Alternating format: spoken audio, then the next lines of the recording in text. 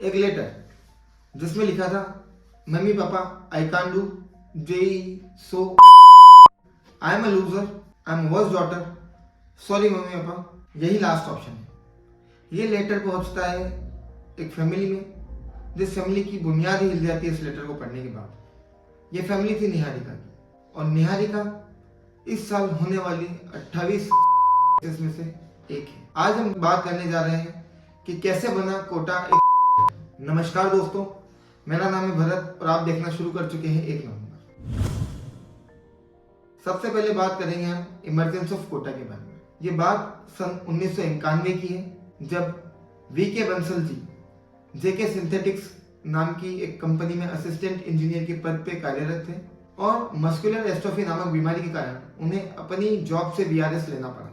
वो जॉब के दौरान भी कुछ स्टूडेंट्स को अपने घर पे पढ़ा ही रहे थे, परंतु जॉब छोड़ने के बाद उन्होंने वीके बंसल नाम से एक क्लासेस स्टार्ट करी और फुल टाइम उस क्लासेस को कोचिंग इंस्टीट्यूट को देने लगे। पहले ही साल में उन्होंने 10 स्टूडेंट्स को जेई एग्जाम क्रैक करवाने में मदद करी और दूसरे ही साल में उन्होंने 50 स्टूडेंट्स को जेई एग्जाम क्रैक करवाने में मदद करी और एक इतिहास रच दिया और कोटा को एक एजुकेशनल हब बनाने की नींव रख दी। इस नींव रखने में उनके साथ में कुछ लोग थे, जैसे कि 1995 से लेकर के सन 2001 तक उन्हीं की कोचिंग इंस्टीट्यूट में पढ़ाने वाले आर के वर्मा जी, जिन्होंने आगे चल के 2001 में रेजोनेंस नाम से एक कोचिंग क्लासेस स्टार्ट की। यहीं से शुरू होता है कोटा के एजुकेशनल हब बनने का सफर, जो कि आज 150 से ज्यादा वहां पे कोचिंग क्लासेस स्थापित है। यह टोटल बिजनेस 6000 करोड़ से भी ज्यादा का है। कोटा की बात करें तो कोटा का जो इकोनॉमी है वो लगभग सिर्फ स्टूडेंट के बलबूते पे ही खड़ा है। कोटा जितने भी तरीकों से पैसा कमा सकता है उसमें स्टूडेंट्स का ही हाथ है, चाहे वो ट्रांसपोर्टेशन हो, चाहे वो लॉजिंग हो, चाहे वो फूडिंग हो, या चाहे एजुकेशन हो। अब हम बात करेंगे कि स्टूडेंट कोटा आता क्यों। स्टूडेंट कोटा आता है या तो नीट की तैयारी करने, जो कि मेडिकल एंट्रेंस एग्जाम होती है, या तो जेईई की तैयारी करने, जो कि आईआईटी के लिए बेसिक एंट्रेंस एग्जाम होती है। स्टूडेंट या तो अपने सपने लेकर के आता है, जो कि उसने काफी छोटी उम्र में देख लिए होते हैं, या तो पारिवारिक या सामाजिक दबाव के कारण कोटा आता है। इनमें से कुछ लोग ऐसे भी होते हैं जिन्हें ना वहाँ पे कोचिंग में एडमिशन लेना होता है, ना ही वहाँ पे स्कूल में एडमिशन लेना होता है। वो सिर्फ एक अच्छे क्लाइमेट के लिए, एक अच्छे एनवायरनमेंट के लिए कोटा आते हैं, जिनकी पढ़ाइयाँ अपने घर पे ढंग से नहीं हो पाती है, जिनको एक ऐसी सराउंडिंग की ज़रूरत होती है, जिनके डाउट सॉल्विंग में वहाँ के लोग मदद कर पाए, इसलिए भी कुछ लोग कोटा शिफ्ट होते हैं। अब हम बात करेंगे कि आखिरकार वो स्टूडेंट जो सपना लेकर के कोटा आया था वो की ओर अग्रसर होता कैसे है। यहाँ पे कुछ तथ्य निकल के हमारे सामने आए हैं। जैसे कि एक फेमस साइकाट्रिस्ट है मिस्टर चंद्रकांत जी, उन्होंने रैंडमली एक एक्सरसाइज करी उन स्टूडेंट्स के ऊपर जो लोग कोटा में बैठ करके अपनी पढ़ाई पूरी कर रहे हैं।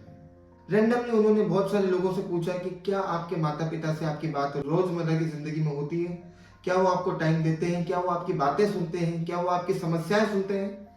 इन्हीं में से एक वाक्य निकल के उनके सामने आया, जो कि एक स्टूडेंट काफी डिप्रेस्ड लग रहा था। उसके परिवार वालों से मिस्टर चंद्रकांत जी ने पर्सनली फोन पे बात करी।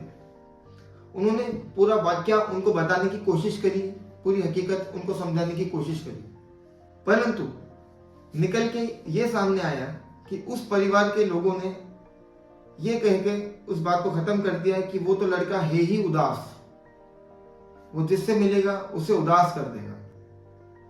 जबकि यहां पर उस बच्चे की बात को सुना जाना था। हो सकता है कोई गहरी बात वो बच्चा करना चाहता हो, अपने मन के अंदर दबा के बैठा हो।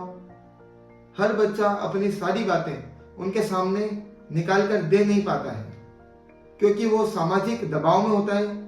पारिवारिक फाइनेंशियल प्रॉब्लम्स को देखते हुए जो उसके घर वालों ने पैसा लगाया है उसके दबाव में होता है।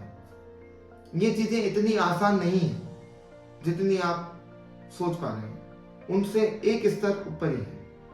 दूसरी स्टडी ये निकल के सामने आई कि एक कोचिंग इंस्टीट्यूट ने 50 ऐसे बच्चों के परिवार से संपर्क किया जो लोग या तो घर वापस जाना चाहते थे, जो लोग हार मान चुके थे कि अब उनसे ये चीजें नहीं हो पाएंगी।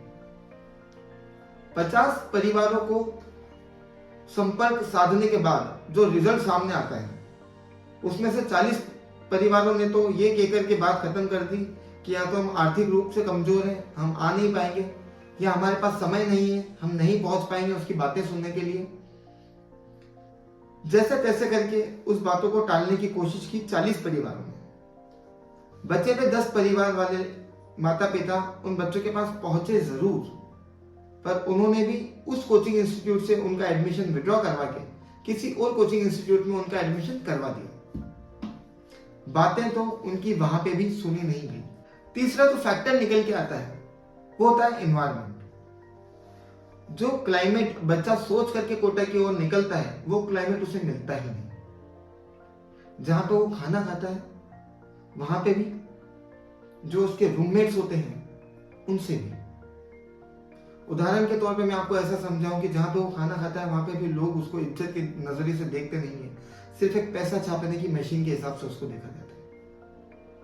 उसके फ्रेंड्स या उसके रूममेट की बात की जाए तो हो सकता है कि आपका बच्चा वहां पे पूरी शिद्दत से पढ़ाई कर रहा हो, बाकी कुछ लोग कोटा जाकर के कुछ नशे की दुनिया को पकड़ लेते हैं। हो सकता है आपके बच्चे का रूममेट रात को 2 बजे नशे में धुत पहुंचता हो, फिर वो मेंटल हेरेसमेंट या वो मोरल डिप्रेशन जो उसके रूममेट की वजह से उसे मिल रहा है वो भी कहीं ना कहीं उसकी सफलता में अड़चन बनता है। तीसरा और सबसे मुख्य कारण जो उन बच्चों की लाइफ में आता है करने का वो होता है इंस्टीट्यूट्स का दबाव। उस बच्चे के जीवन में पहले ही बहुत सारे दबाव चल रहे हैं।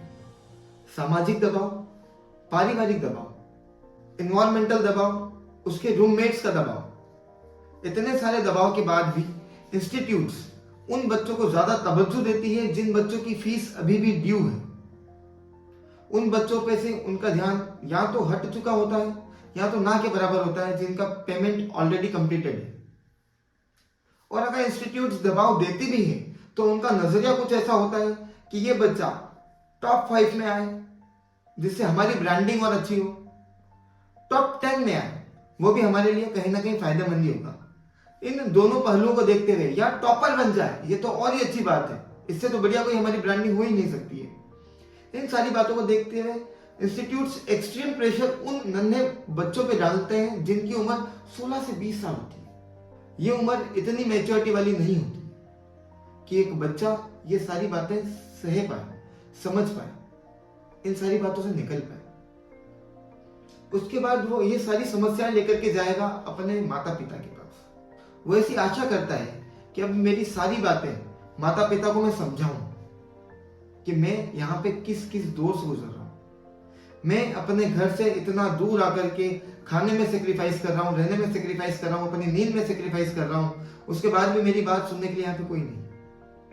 और जब वो ये बातें अपने माता पिता को कहना चाहता है या कहता है तब उसे वो आउटपुट नहीं मिलता जो उसे मिलना चाहिए, जो वो एक्सपेक्ट करता है आपसे। यही एक मुख्य कारण निकल के आता है बच्चों के।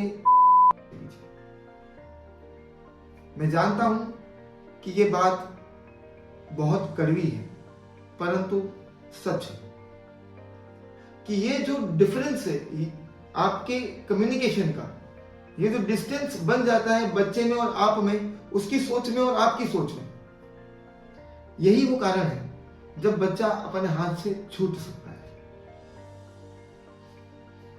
बीइंग एन इंडियन पेरेंट, आपको उस भेड़ चाल के बाहर आना पड़ेगा कि मेरे पड़ोसी का बच्चा नीट की तैयारी करने कहां गया है? कोटा। मेरे बॉस का बच्चा जेईई की तैयारी करने कहां गया है? कोटा।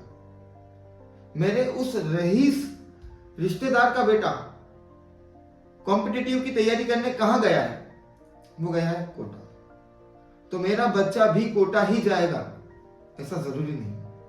उस बच्चे ने जीवन में कोई गलती नहीं करी है। 6th 7th 8th क्लास में एक्स्ट्रा ऑर्डिनरी परफॉर्म करके, 9th 10th क्लास में उसने एक्स्ट्रा ऑर्डिनरी परफॉर्म करके कोई गलती नहीं करी। जैसे ही किसी बच्चे के 80 से 90% बन जाते हैं, वैसे ही वो सोशल प्रेशर या पेरेंटिंग प्रेशर में कोटा की ओर रवाना कर दिया जाता है। प्रॉपर काउंसलिंग से पता भी कर सकते हैं आप कि क्या उसका सच में उस तरफ रुझान है भी या नहीं, कि सिर्फ आपके दबाव को सिद्ध करने के लिए वहां पे जा रहा है। हो सकता है कि उसका इंटरेस्ट किसी और सेक्टर में हो सकता है कि वो 11th और 12th में कॉमर्स लेकर के अपने जीवन में बड़ी बड़ी उपलब्धियां हासिल कर ले, या हो सकता है कि उसका इंटरेस्ट म्यूजिक, डांस या आर्ट्स में हो। इस सोशल प्रेशर को एक पेरेंट ही रिलीज कर सकता है। इस कोटा की बात करें अगर, तो उसका ध्यान अब एजुकेशन से हट करके प्रॉपर शिफ्ट हो गया बिजनेस पर। कोटा में हर इंसान आपके बच्चे को सिर्फ पैसा छापने की मशीन समझता है। अनुमानित तौर पे 75,000 रुपए कोचिंग इंस्टीट्यूट की फीस होती है सालाना, और 1,25,000 रुपए फीस होती है हॉस्टल की और फूडिंग की। 2 लाख रुपए हर एक बच्चा कोटा में खर्चा करता है औसतन, और एक साल में 2 लाख स्टूडेंट्स, जो कि 2023 का डाटा है, कोटा पहुंचते हैं। तो इतना बड़ा मार्केट देखा जाता है। वो आपका बच्चा उनके लिए सिर्फ पैसा छापने की मशीन बन चुका है। कुछ पैसा गया तो गया सही जीवन से, आपका बच्चा ना जाए आपके जीवन से। आप सोचें, विचार करें कि मैं इस विषय में कैसे कैसे क्या क्या बदलाव कर सकता हूं कि अगर आपका बच्चा भी कोटा में है तो उससे कम्युनिकेटेड रहें, उसकी बातों को समझने की कोशिश करें कि किन समस्याओं से वो वहां पे जूझ रहा है, उससे महीने में एक बार जा करके मिलें। माना कि सपना आपका बड़ा है, हो सकता है सपना आपके बच्चे ने भी देखा हो, परंतु ये समस्याएं किसी भी इंसान के जीवन में एक नया मोड़ लेके जा सकती है।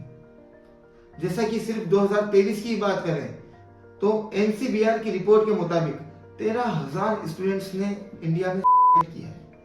इसमें से सिर्फ कोटा में ही 28 बच्चे थे। इन फिगर्स को हम एक अच्छी पेरेंटिंग से शायद सुधार सकते हैं। और मेरा आप सभी से यही निवेदन है कि अगर आपके बच्चे भी बाहर पढ़ रहे हैं तो आप उनसे प्रॉपर कम्युनिकेशन रखें। हो सके तो महीने में एक बार मिलने भी जाएं, अगर संभव हो तो। और बच्चे से एक बात अवश्य पूछें कि अगर तेरा मन कहे तो ही कर बेटा, मेरा तुझ पे कोई दबाव नहीं है। इसी बात के साथ में मैं पूर्ण विराम लेना चाहूंगा। नमस्ते। अगर आपको ये वीडियो अच्छा लगा हो, please like, share and subscribe.